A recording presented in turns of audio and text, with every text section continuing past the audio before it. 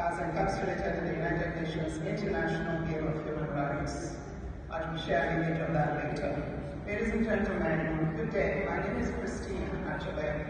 For 27 years and counting, I am driven by a passion for preventive health care. I advocate for abused children, and I help victims become survivors. I also encourage a speak-up culture. Having shared some of my work, I appreciate the speakers and organizers of this 17th World Bioethics Medical and Health Law Conference here in Ljubljana, Slovenia.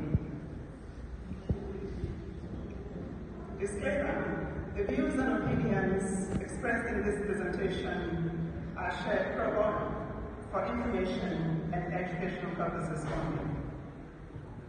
A little bit more about myself. I studied bioethics at Albany Medical College, New York, United States of America.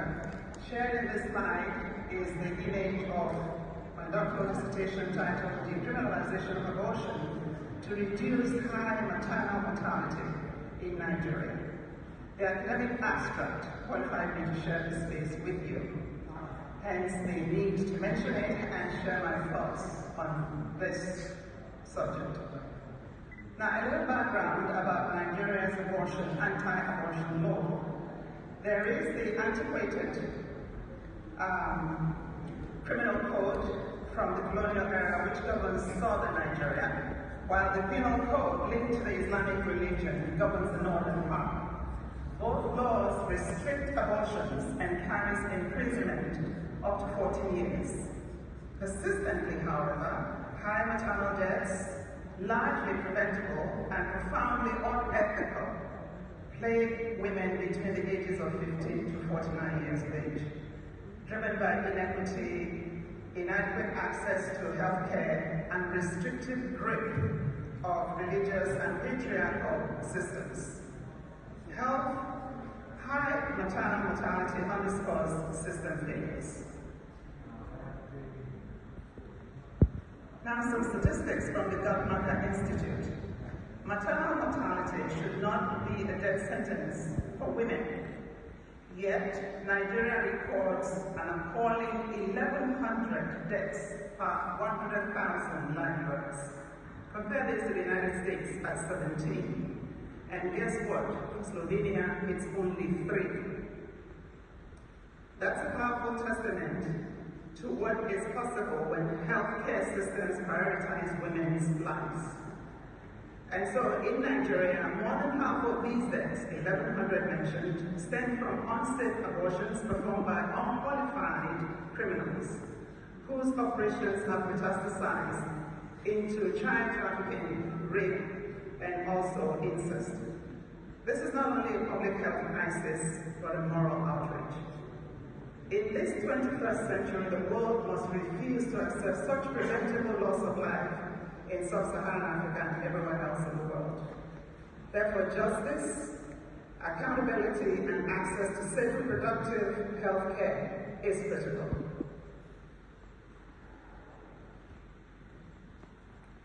This was 16-year-old Vicky, a vulnerable orphan without adult protection. Vicky was preyed upon by a painful growth and sold her into the dark web of human trafficking.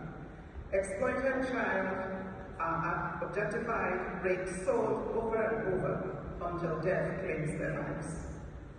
Vicky was my sister. She died in 1990. In her memory, and in honor of every exploited child, we pray, dear God, to give them rest and hope for survival. Note I do not use the word prostitution because children cannot consent. We'll talk about accent later for some children, that it's a medical field, but they cannot consent to this particular topic I'm sharing with you. Truth be told, criminal enterprise thrives because children are more profitable than drugs.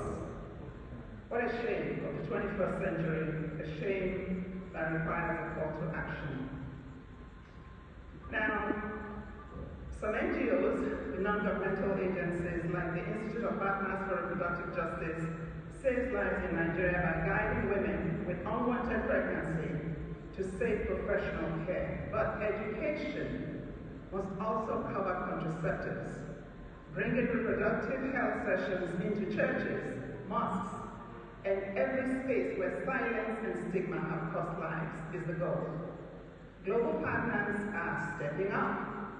The Gates Foundation 80-year contraceptive is a great breakthrough for reproductive health care in Africa. Despite controversies around that, the message is clear. Reproductive justice is a moral imperative. Every woman deserves a safe choice, free from fear, stigma, and exploitation.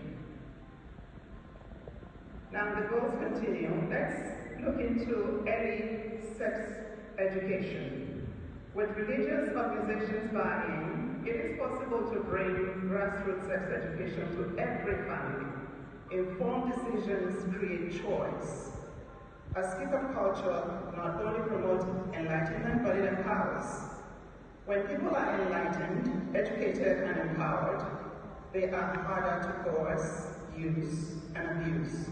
They gain resilience. They resist exploitation. They become agents of ethical change. Now that's that dream I talked about earlier when I started with you. I still dream of a world where every person's humanity is honored and every ability respected. A world where freedom is not conditional, not compromised, but truly free. The freedom to live, to choose, and to thrive. Details of what I just shared with you, which is just a tidbit, and who I am, are captured in my memoir, Resilient, published on Amazon.com, which was last September. The memoir speaks about human subjugation and the triumphant survival. But my story is not just mine, it is a call to action. Wrong is wrong, even if everyone is doing it. And right is right, even if no one is doing it. There is need for a new standard, where moral and ethical behavior is safeguarded, where accountability is demanded, and where justice is non-negotiable. My contact is shared. Let us continue the dialogue for change. Let us refuse silence, and let us build a world where resilience is no longer a force by oppression, but nurtured by dignity, respect, and hope. Together we can make ethical change the norm. Justice the standard, and freedom truly free. This is Resilient in paperback. There's also the ebook. Thank you for your time.